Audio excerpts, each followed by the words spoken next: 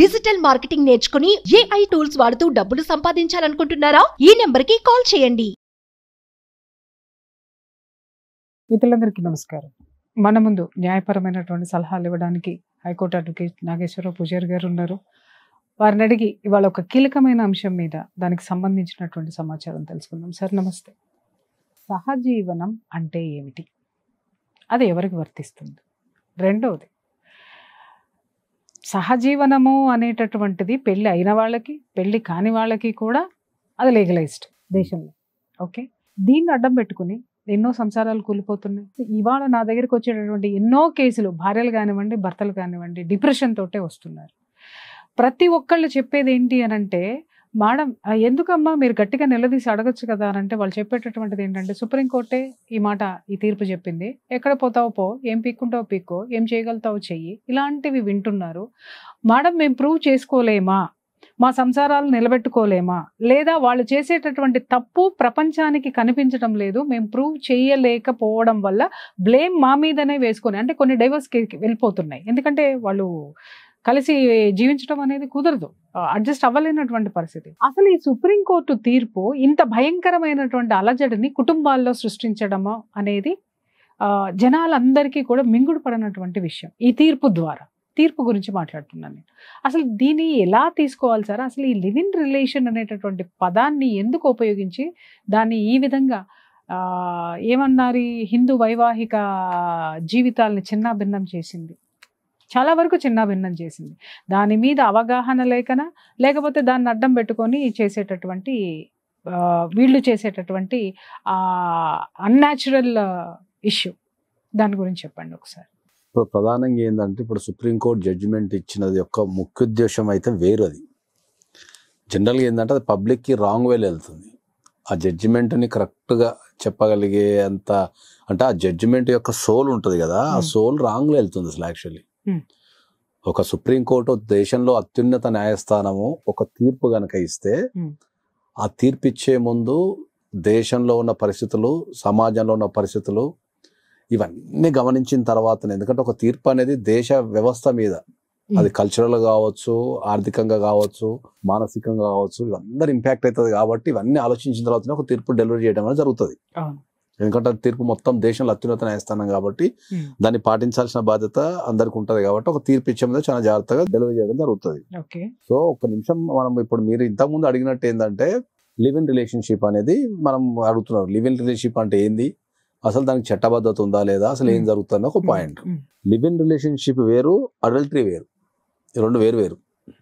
Live in relation, సహజీవనము దేనికి ఎందుకు వస్తుంది? పెళ్లి కాని వాళ్ళు సహజీవనాన్ని, పెళ్ళైన వాళ్ళు సహజీవనం అంటున్నారు. అసలు ఇది ఏంటి, దానికి చెప్పండి. సహజీవనం అనేది ఏంటంటే, జనరల్ గా మనం సహజీవనాన్ని తెలుగులో మనం ఇంగ్లీష్ లో లివ్ ఇన్ రిలేషన్షిప్ అంటున్నాము. లివ్ ఇన్ రిలేషన్షిప్ అన్న సహజీవనం అన్న ఏంటంటే, ఇద్దరు పెళ్లి కాని వ్యక్తులు మేజర్ అయి ఉండాల. ఇద్దరు పెళ్లి కాని వ్యక్తులు మేజర్ అయి ఉండి వాళ్ళిద్దరూ ఒక ఇంటి కింద నివసించడానికి కానీ లేదా కలిసి నివసించడానికి కానీ మనం సహజీవనం అంటాం జనరల్ గా. సో ఇటువంటి కాన్సెప్ట్ అనేది మన భారతదేశంలో జనరల్ గా, మన భారతీయ వ్యవస్థలో లేదు జనరల్ గా. సో ఇది adapted from the foreign countries. అంతే కదా. ఎందుకు adapted from the foreign countries అంటే ఏంటంటే, మెట్రోపాలిటన్ సిటీస్ పెరిగినప్పుడు, ఎప్పుడైతే ఇప్పుడు బాంబే లాంటి సిటీలు కానీ, ఢిల్లీ లాంటి సిటీలు కానీ, కలకత్తా లాంటి సిటీలు కానీ పెద్ద విస్తీర్ణం అయిపోయిన తర్వాత ఏంటంటే, మనం పబ్లిక్ ని మానిటరింగ్ చేయడం అనేది చాలా కష్టం అవుతుంది. ఈ మానిటరింగ్ చేయడం అనేది కష్టమైనప్పుడు దాని నుంచే రకరకాల కల్చర్స్ కానీ, రకరకాల వ్యవస్థలు కానీ పుడుతుంటాయి. ఇప్పుడు ఒక కుగ్రామం ఉందనుకుందాం, లేకపోతే ఒక గ్రామం ఉందనుకుందాం, లేకపోతే ఒక మండలం ఉందనుకుందాం. ఒక మండలంలో ఏ వ్యక్తి కానీ, ఒక నార్మల్ సిటీలో ఒక 2 టైర్ 3 టైర్ సిటీలు అంటే మనకు జనరల్ గా ఇప్పుడు సిద్దిపేట లాంటి గ్రామాలు కానీ, లేకపోతే ఇప్పుడు ఇంకా కరీంనగర్ కానీ, అంతకంటే కొన్ని చిన్న గ్రామాలు ఉంటాయి అనుకుందాం. అట్లాంటి గ్రామాలలో ఎవరు లివ్ ఇన్ రిలేషన్షిప్ లో ఉండలేరు. ఉంటే ఉండనివ్వరు సార్, అంటున్నా, ఉండలేరు. ముందు అక్కడ సంఘం సమాజం ఉంటది, వీళ్ళు ఎవరు అంటారు, ఎక్కడి నుంచి వచ్చినావు అంటారు, ఇవన్నీ రకరకాల అక్కడ ఇన్ఫర్మేషన్ అనేది ఈజీగా యాక్సెస్ అవుతుంది. సో ఈ లివ్ ఇన్ రిలేషన్షిప్ అనేది ఎక్కడ ఉంది? మనకు మెట్రోపాలిటన్ సిటీస్ లో మాత్రమే ఉంది. మెట్రోపాలిటన్ సిటీస్ లో ఎందుకు ఉంది అంటే, మనకు సిటీస్ అనేది విపరీతంగా పెరిగిపోయి, అవసరాలు పెరిగిపోయి, ఒకరినొకరు పట్టించుకోలేంత ట్రావెలింగ్ చేసుకుంటా, రకరకాల ఇబ్బందుల వల్ల, రకరకాల వ్యాపారాల వల్ల ఒక ఎదుటి వ్యక్తి గురించి ఆలోచించేంత ఓపిక తిరగలేకపోవడం నుంచే ఇవి పుట్టినాయి, ఈ లివ్ ఇన్ రిలేషన్షిప్ అనేది పుట్టినాయి. ఒక్క మాట నేను అడుగుతాను సార్, ఇప్పుడు మీరు చెప్పినటువంటి ఆ విలేజ్ కానివ్వండి, ఆ మండల్, ఆ ఏరియా ఒక దాన్ని ఏమనాలి, అటువంటి ప్రాంతాల్లో ఉన్నటువంటి ఆ మానవతా విలువలు కానివ్వండి, లేకపోతే మానవతా విలువలు అనటం కంటే మానిటరింగ్ అంటాం దాన్ని. మానిటరింగ్ అంటే ఏంటంటే ఇప్పుడు మా ఊర్లో ఏది ఒక చిన్న విషయం జరిగినా మానిటరింగ్ ఉంటుంది ప్రతి ఒక్కరికి. ఏంటి ఏం జరిగింది, ఇప్పుడు ఒక ఊరికి ఒక కొత్తోడు ఊరు మొత్తం తెలిసిపోద్ది. అవును, 1000 మంది క్వశ్చన్ వేస్తారు. అవును, 1000 మంది క్వశ్చన్ వేస్తారు. ఏ బాబు, ఏ ఊరు, ఎక్కడ ఉన్నావు, ఎందుకు వచ్చినావు, ఏం పని మీద వచ్చినావు, ఎవరి కోసం వచ్చినావు, నీ పేరేంది, ఇట్లాంటి క్వశ్చన్స్ వాడు ఊరు పొలిమేర నుంచి వాళ్ళ ఇంటికి పోయే లోపు 20 మంది అడుగుతారు. హైదరాబాద్ సిటీలో మన పక్కింటికి కూడా వచ్చినా కూడా నాకెందుకు లేదు తలపేసుకుంటారు. అంతే, ఇంక వాడిని ఎందుకులే, వాడిని మనం అడిగితే ఎంత మంది ఉంటున్నారో కుటుంబంలో కూడా తెలియదు. ఇప్పుడు మీకు ఒకటి ఖచ్చితంగా చెప్పాలంటే ఏంటంటే, మనం ఇంతకుముందు మాట్లాడుకున్నప్పుడు ఏంటంటే చాలా సందర్భాలలో అంటే అప్పుడప్పుడు నాకు అనిపిస్తుంటది, నాగరికత ఏ రేంజ్కి ఎదిగిందంటే ఒకప్పుడు మనం ఇల్లు కట్టుకునేటప్పుడు అందరు రావాలని కట్టుకుంటుండే, ప్రతి ఒక్కరు నా ఇంటికి రావాలని విశాలంగా ఉండి ప్రతి ఒక్కరు ఆహ్వానిస్తుండే. ఇప్పుడు మానవుని పరిస్థితి ఏడుకు వచ్చిందంటే ఇంటికి ఎవరు రావద్దని కట్టుకుంటున్నారు. దానికే గేటెడ్ కమ్యూనిటీస్ అంటాం మనం దాన్ని. వారు రావాలంటే ఏం చేయాలా? చాలా కరెక్ట్ గా మా ఇంటికి ఎవరు రారు, మా ఇంటికి రావాలంటే 10 మంది 10 బ్యారియర్లు దాటి రావాలని చెప్పుకోవడం గ్రేట్. అది మా ఇంటికి ఎవరు రాలేరు, యాక్సెస్ చేయలేరు, మా ఇంటికి రావాలంటే గేట్ ఉంటది, ఒక యాప్ ఉంటది, మేము ఓకే చెప్తేనే వస్తావు. సంకుచితమైపోయింది మనసు అనేది. అదే అంటున్నా, ఎవరైనా మనిషి అనేటోడు ఎప్పుడు సంఘజీవి, అతడు ఒక మంచి సంఘజీవి. ఈ మధ్యకాలంలో నేను చాలా రీసెర్చ్ చేసిన తర్వాత అర్థమైంది ఏంటంటే, ఈ మానసిక రోగాలు కానీ, ఈ ఇల్లీగల్ కాంటాక్ట్స్ కానీ, ఇంక ఏ ఇతరమైన సమస్యలు కానీ మనిషికి సంఘజీవి కాకపోవడం వల్లనే ఏర్పడుతున్నాయి. వాస్తవం. నువ్వు 10 మందిలో ఉండి నీకు ఒక 1000 మంది ఫ్రెండ్స్ ఉండి రెగ్యులర్ గా నువ్వు వాళ్ళతో మాట్లాడుతూ పార్టీస్ లో తిరుగుతూ అటు తిరుగుతూ ఇటు తిరుగుతూ పాత జీవన విధానం ఉన్న స్టైల్ ఉంటే ఇవి తక్కువ ఉన్నాయి. ఎగ్జాక్ట్లీ అండి, ఎందుకంటే ఎక్కడైతే లోపల ఉన్నటువంటి బాధ అయిపోతుంది, కష్టం వచ్చినప్పుడు ఇంతమంది ఉన్నారని ఒక ఫీలింగ్ తో సగం దృఢమైపోతుంది, ఆ ఎనర్జీ లోపలికి వస్తుంది. ఇప్పుడు ఏమైనా ఒంటరి అయిపోయి నాన్న కాపాడేటటువంటి సింగిల్ పర్సన్ చూసుకుంటారు, సమాజం గురించి కాకుండా. అదే ప్రేమ అనుకోనో, లేకపోతే అదే కాపాడతారు అనుకోనో, లేకపోతే ఇదే ప్రేమ అనుకోని దీనిపైన ఇవన్నీ జరుగుతున్నాయి మనకి. చాలా కరెక్ట్ వర్డ్. కాబట్టి మనకు ఈ లివ్ ఇన్ రిలేషన్షిప్ అనేది ఎప్పుడైతే ఏమవుతుంది అంటే ఏంటంటే, ఇద్దరు వ్యక్తులు కలిసి జీవించడానికి మనం లివ్ ఇన్ రిలేషన్షిప్ అంటాం. దాంట్లో ప్రధానంగా ఏమవుతుంది అంటే కోర్టులు, ఎందుకంటే కోర్టుకు కూడా ఏముంటుంది అంటే ఏంటంటే కొన్ని తప్పని పరిస్థితులలో కొన్ని కంట్రోల్ చేయలేము మనం. అందుకని నేను కొన్ని వందల సందర్భాలలో భారతదేశం ఇప్పుడు ప్రపంచవ్యాప్తంగా భారతదేశంలో లా అనేది పాపులర్ కాకపోవడానికి ఒక కారణం.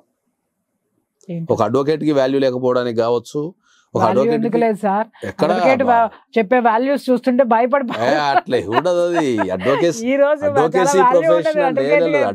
ప్రొఫెషన్ అనేది కంపారిజన్ టు ఆల్ ప్రొఫెషన్ కొద్దిగా తక్కువ వాల్యూ ఉంది కంపారిజన్ టు. ఎందుకంటే మేము అడ్వకేసీ ఫీల్డ్ ఉన్నా కాబట్టి చెప్తున్నాం కాబట్టి చెప్తున్నా. ఎందుకు లేదు అడ్వకేసీకి అంటే ఏంటంటే, భారతదేశంలో మనం మోరల్స్ కి వాల్యూ ఎక్కువ ఇస్తాం. ఓకే, మోర్ దెన్ ద చట్టం. మోరల్స్ కి వాల్యూ ఇస్తాం. ఇది వాస్తవం. ఓకే, చట్టానికి ఎప్పుడు ఎక్కువ వాల్యూ ఇయ్యం మనం, అన్లెస్ అంటే అది పీకల మీదకి వచ్చిన తర్వాత అప్పుడు చట్టం మాట్లాడతాం. అప్పటిదాకా మనం మోరల్స్ కే వాల్యూ ఇస్తాం. మనం మోరల్స్ గానీ, సాంప్రదాయాలు గానీ, కట్టుబాట్లు గానీ వీటి మీదనే సగం 80% కంట్రోల్ చేసేస్తారు. అర్థమైందా? 80% ఇవన్నీ మన సనాతన ధర్మంలో ఎప్పటి నుంచో ఉన్నాయి. అంటే మన హిందూ ధర్మంలో ఎప్పటి నుంచో ఉన్నాయి ఇవన్నీ. ఎవరన్నా ఒక కొత్త అమ్మాయి ఇంటికి వచ్చినప్పుడు భార్య భర్తలప్పుడు అన్నయ్య అని వరుస కలిపేస్తారు. దట్ ఇస్ ద కాల్డ్ ఏందది, ఏ ఉద్దేశంతో చూడొద్దు.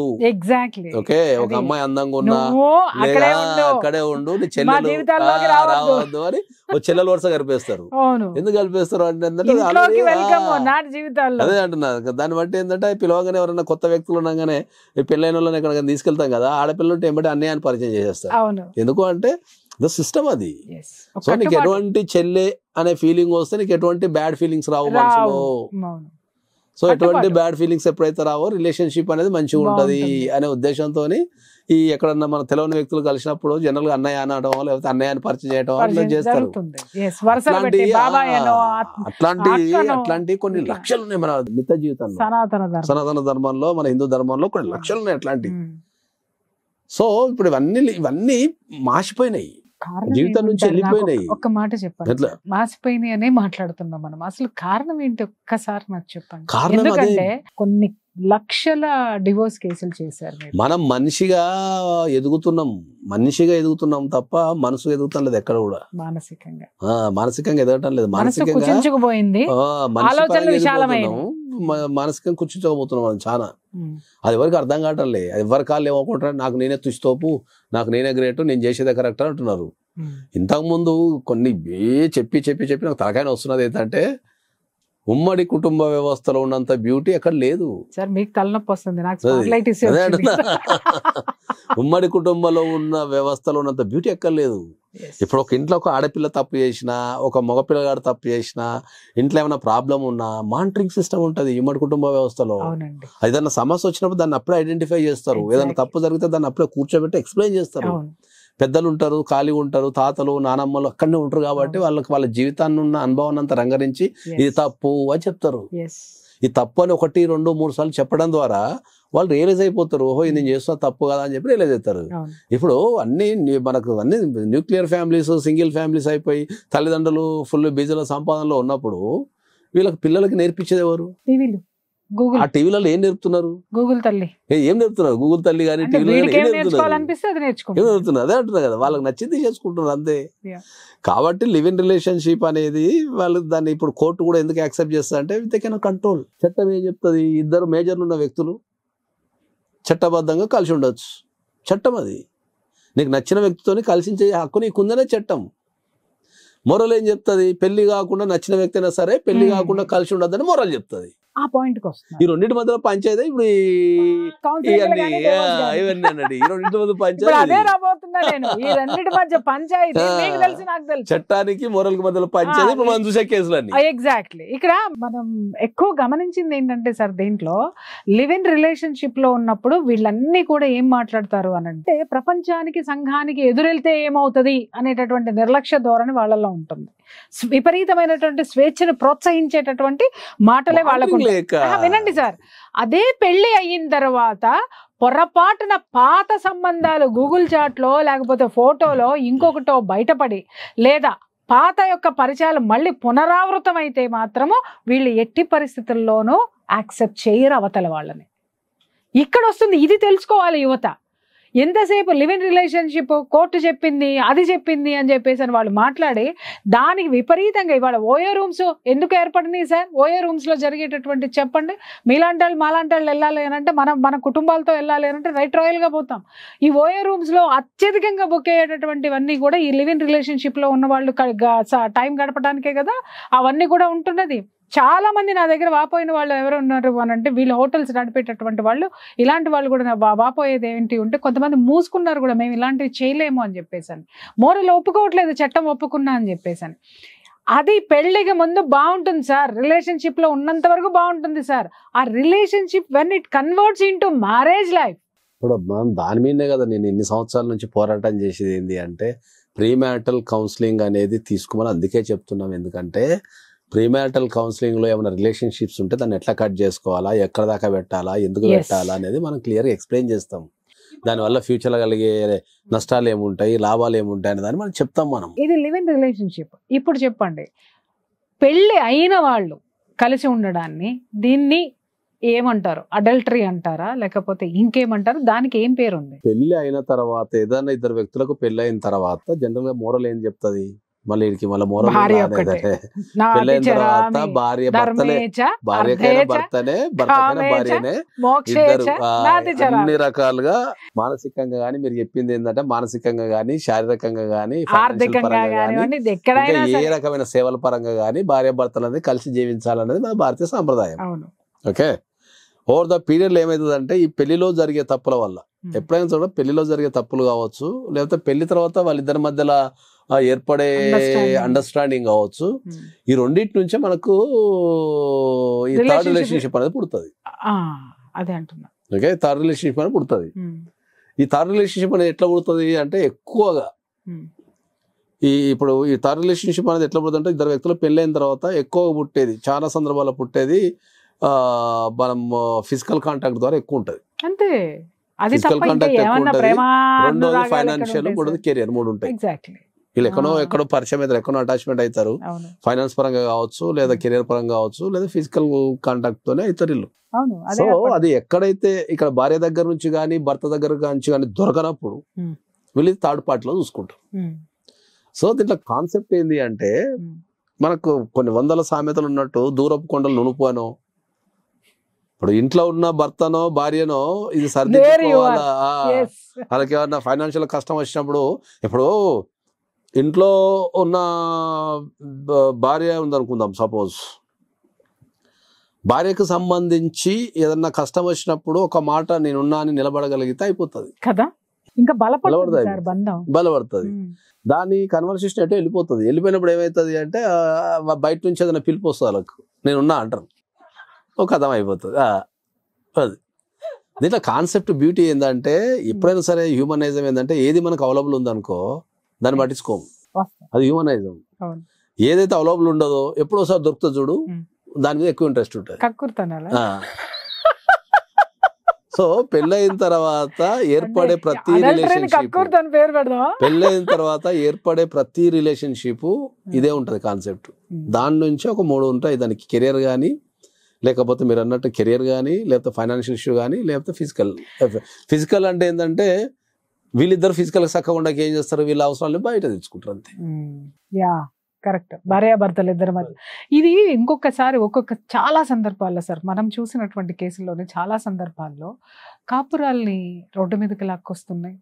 ఇంకొక విషయం ఏంటంటే అవతల పార్ట్నర్ వీళ్ళకి నచ్చిన వాళ్ళు దొరికారు అంటే ఇక్కడ కారణాలు వెతికి మరి, ఇప్పుడు మీరు చాలా చెప్పారు, ఇది ఇప్పుడు సెక్షువల్ పరంగా కానివ్వండి, వాంటింగ్, ఫైనాన్షియల్ పరంగా కానివ్వండి, కెరీర్ పరంగా కానివ్వండి, రిలేషన్స్ పెట్టుకుంటున్నారు, బాగుంది.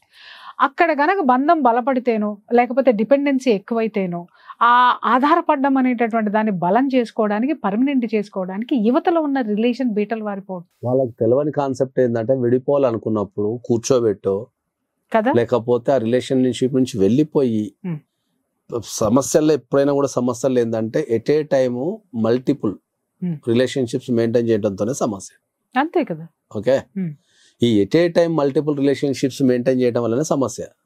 వాళ్ళు ఒక రిలేషన్ వదిలిపెట్టి ఇంకో రిలేషన్ కు ట్రావెల్ అయితే పర్లేదు, అక్కడ ఏమి ఇబ్బంది ఉండదు. ఎగ్జాక్ట్లీ సార్, దీనికి కామా పెట్టడు, ఫుల్ స్టాప్ పెట్టడు, ఇలా గాల్లో గాలాడేస్తారు అనుకుంటా. ఇటు అయితే ఏం బీక్తావు అనుకుంటా మొగుడి ముంగట వేరే మొగుడిని వేసుకొని తిరిగే అమ్మాయిలు ఉన్నారు. అయితే ఏం బీక్తావు అని చెప్పేసి భార్య ముంగట వేరే అమ్మాయిలు వేసుకొని తిరిగే భర్తలు ఉన్నారు. ఇది సమాజం. సో దీంట్లో వీళ్ళకి అర్థం కాని కాన్సెప్ట్ ఏంటంటే వీళ్ళు ఎప్పుడైతే ఒక రిలేషన్షిప్ లోకి ఎంటర్ కావాలి అనుకున్నప్పుడు ఏంటంటే ఆల్రెడీ ప్రజెంట్ ఉన్న రిలేషన్షిప్ ని కట్ చేసుకొని రెండో రిలేషన్షిప్ లో పోతే అది ఎవరికి ఇబ్బంది ఉండదు. సో వీళ్ళు ఏంటంటే వీళ్ళకు ఆలోచించే శక్తి కానీ దాన్ని ఎగ్జిట్ అయ్యే విధానం కానీ తెలవక ఇది గాలికి వదిలేసి మీరు అన్నట్టు ఎంట్రీలో ఎగ్జిట్ చచ్చిపోతూ ఉంటారు దీంట్లో. సో దానికి ఒకటి వీళ్ళకి యాడ్ ఆన్ ఏంటి అని అంటే సుప్రీంకోర్టు తీర్పు. ఇప్పుడు మనం అక్కడికి వచ్చాం, సుప్రీంకోర్టు తీర్పు. అసలు ఇప్పుడు నేను అడుగుతున్నాను చెప్పండి సార్, ఇప్పుడు ఇంత సుదీర్ఘంగా అద్భుతమైనటువంటి విషయాలు మనం మాట్లాడుకున్నాం, దీంట్లో ఇప్పుడు ఈ సుప్రీంకోర్టు యొక్క తీర్పు మంచి చేస్తుందా చెడు చేస్తుందా అంటే ఎలా తీసుకోవాలి అసలు దీన్ని? సుప్రీంకోర్టు తీర్పు గురించి చెప్పాలంటే ఏంటంటే సుప్రీంకోర్టు అది చెడుగానో లేకపోతే మీకు స్వేచ్ఛలున్నాయనో లేకపోతే ఎక్స్ అనో వై అనో జెడ్ అనో సుప్రీంకోర్టు తీర్పు ఇయ్యలే. సుప్రీంకోర్టు తీర్పు ఇచ్చింది ఏంటంటే సమానత్వము, ఒక వ్యక్తిగత స్వేచ్ఛ, సమానత్వము, వ్యక్తిగత స్వేచ్ఛ అండ్ ఇతర అంశాల మీద మాత్రమే సుప్రీంకోర్టు తీర్పిచ్చింది. ఇప్పుడు నేను చెప్తున్నా, చెడు ఎప్పుడైనా ఈజీగా అట్రాక్ట్ అయితే అన్నట్టు సుప్రీంకోర్టు ఇచ్చింది ఏంది అంటే అడల్టరీ అనేది ఓన్లీ మనకు ఇంతకుముందు లేడీస్ మీదనే ఫైల్ అవుతుండే కేసు.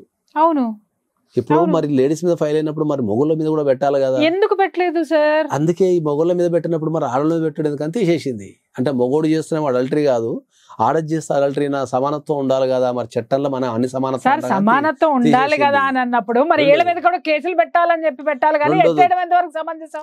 ఇది ఇక్కడ పురుషాధిక్యత చూపించినట్టు కదా. అంటే ఇన్ని సంవత్సరాలు లేడీస్ అయితే మాత్రం భరించారు, మగవాడి మీద పెట్టాల్సి వస్తే ఎత్తేస్తారు. అట్లే ఉండదు, అట్లా ఎత్తేసడం ఏమి ఉండదు. ఒక సమస్య వచ్చినప్పుడు దాని మీద ఎవరైనా స్పందిస్తారు. సమస్య రానంత కాలం ఒక చట్టం ఏర్పడుతుంది, ఆ చట్టం ఏర్పడిన తర్వాత దాని మీద ఏదైనా సమస్య వచ్చింది అనుకో అందరూ స్పందిస్తారు.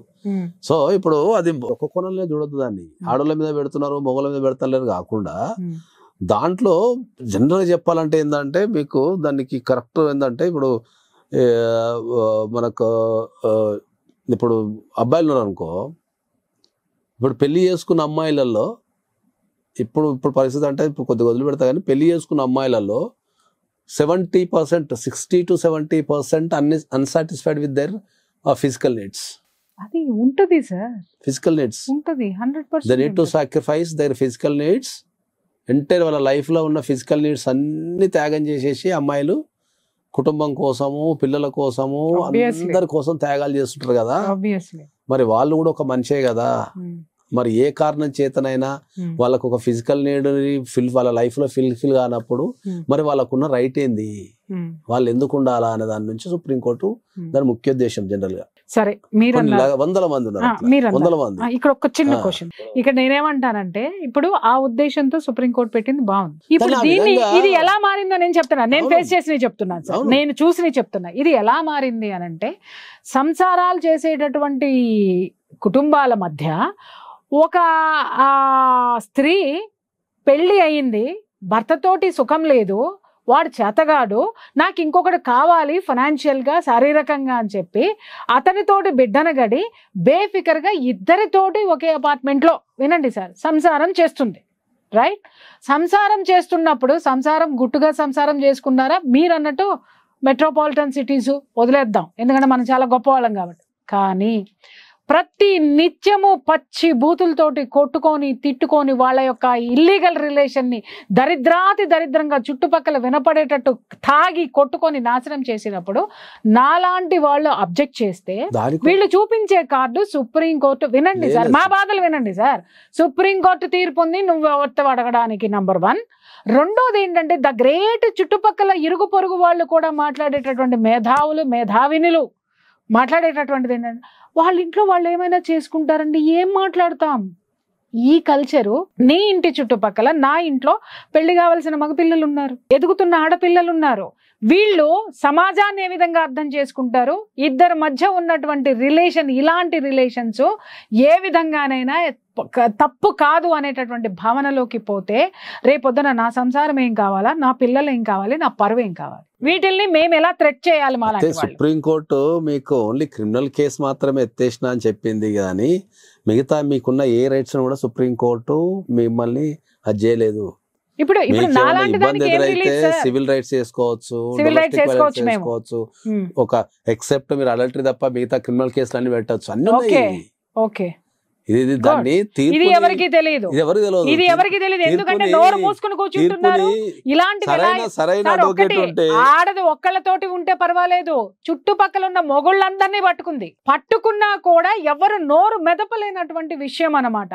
అంటే ఒక్కసారి తుంచేస్తే అయిపోతుంది కదా అని అంటే, అది చివరికి కాపురాల్లో కూడా వచ్చేసినా కూడా కళ్ళు తెరవన్నటువంటి గుడ్డి కబోదులు చాలా మంది ఈ ప్రపంచంలో ఉన్నారు. ఎస్పెషల్లీ నాకు తెలిసిన ప్లేస్ ఏరియాలో జరిగిన సంఘటన, నేనే దానికి విక్టిమ్. సో దీనికి ఏం చేయాలా అని అంటే, ఏమోనండి ఏంటండి ఇలా పెదవి విరిచేసి వెళ్ళిపోయిన పురుష పొంగువులు ఉన్నారు, వెళ్ళిపోయిన అబ్బో అది పెద్ద కేసు అది ఇది అని దాన్ని నానాభ్రష్టు పట్టించి మళ్ళీ చివరికి దాంతోటే తిరిగేటటువంటి మగవాళ్ళని నేను చూసా. ఆ భార్యలు ఏం చెయ్యాలి, పక్కన ఉన్నటువంటి నాలాంటి తల్లులు ఏం చేయాలి? నేను రెండు అడిగా మిమ్మల్ని, భార్యలు ఏం చేయాలి? ఇలా రిలేషన్ పెట్టుకున్న ఆడదాన్ని భార్యలు ఏం చేయాలి, నాలాంటి ఆడవాళ్ళు ఏం చేయాలి?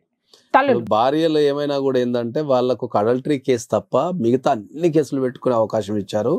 అడల్టరీ కేసు కూడా మీకు సివిల్ రైట్స్ ఇచ్చారు. మీరు అడల్టరీ కేసును కనుక ప్రూవ్ చేయగలిగితే మీరు ఆస్తిలో వాటాలు తీసుకోవచ్చు, చైల్డ్ కస్టడీ తీసుకోవచ్చు, మంచి మెయింటెనెన్స్ తీసుకోవచ్చు, తర్వాత అన్ని రకాల సివిల్ రైట్స్ మొత్తం ఇచ్చారు. ఓన్లీ ఒక అడల్టరీ కేసులో నువ్వు పోలీస్ స్టేషన్ మాత్రమే వెళ్ళొద్దు అని చెప్పారు తప్ప మిగతా అన్ని రైట్స్ అట్నే ఉన్నాయి. కాకపోతే ఇక్కడ వచ్చే ప్రాబ్లం ఏంటంటే, చాలా మందికి చట్టాల మీద అవగాహన లేకపోవడము, కోర్టుకి వెళ్తే న్యాయం జరగదేమో. ఎవరు వస్తారు చదువుకున్న వ్యక్తులే ఉన్నారు అనుకుందాం. కోర్టు అంటేనే భయపడేటోళ్ళు ఇప్పటికీ దేశంలో 90% ఉన్నారు. సార్ కోర్టు అంటే భయపడతారు కానీ మురుగుంట్లో మాత్రం బతకడానికి మాత్రం ఈ జీవితాలు మాత్రం రెడీ, వాళ్ళకి అదే బాగుంటది కదా.